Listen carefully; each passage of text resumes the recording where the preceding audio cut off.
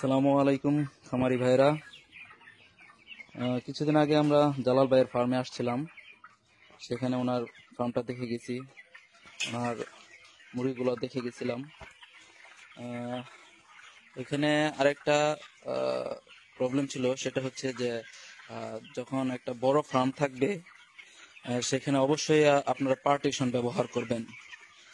আপনার পার্টিশন ব্যবহার না করলে কি হয়, যখন সাইড গ্রোথগুলো আসে বা একটু সমস্যা হয়, সেই ক্ষেত্রে দেখা যায় সকল মুরগি একসাথে এসে গাদাগাদি অবস্থায় থাকে। এই গাদাগাদি অবস্থায় থাকলে সেটা দেখা যাচ্ছে যে ইউনিফর্মিটির ক্ষেত্রে ভালো হবে না। এই জন্য আমাদের উচিত যে মাঝখানে পার্টিশন দেওয়া। যদিও জালাল ভাই এখানে একটা পার্টিশন মাঝখানে ব্যবহার করছে, একটা পার্টিশন ব্যবহার করার কারণে দেখেন মুরগিগুলা মানে ছড়ায় ছিটে, চতুর্দিকে ছড়ায় ছিটে আছে। কিন্তু যখন মাঝখানে আরেকটা, এই মাঝামাঝি বরাবর যদি আরেকটা পার্টিশন ব্যবহার করতো, তাহলে কি হতো যে এগুলা আরো ছড়ায় ছিটে থাকতো, যে একসাথে হওয়ার সম্ভাবনা খুবই কম থাকতো।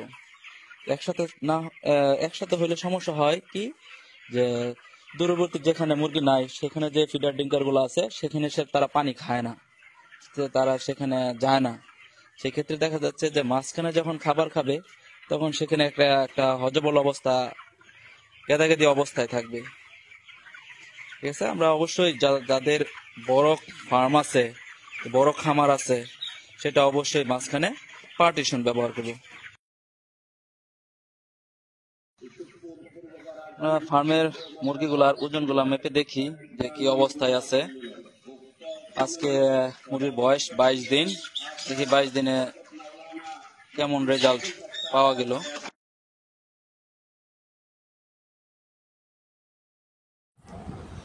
আমরা এখানে 5টি মুরগি মাপলাম, যার ওজন পাওয়া গেল 5 কেজি 800 গ্রাম। আলহামদুলিল্লাহ, খুব ভালো ওজন আসছে। তাহলে দেখলাম যে 22 দিনে 70 ব্যাগ খাবার খেয়ে ওজন আসছে 1100 প্লাস, এফসিআর দাঁড়াইছে 1.26। তাহলে আলহামদুলিল্লাহ বলা চলে যে ওজন গ্রোথ ভালো আছে মুরগির। যারা যারা বড় খামার করেন অবশ্যই পার্টিশন ব্যবহার করবেন। পার্টিশন ব্যবহার করা খুবই ভালো হবে, মুরগির জন্য ভালো হবে, ইউনিফর্মিটি ভালো থাকবে, গ্রোথ ভালো থাকবে, সে সঠিকভাবে সব জায়গায় খাবার খাবে। এখানে জালাল ভাইকে আরেকটা বিষয় বলবো, যে মাঝখানে আরেকটা পার্টিশন দেওয়ার জন্য, উনি একটা পার্টিশন ব্যবহার করছেন, ওনাকে বলবো আরেকটা পার্টিশন ব্যবহার করার জন্য।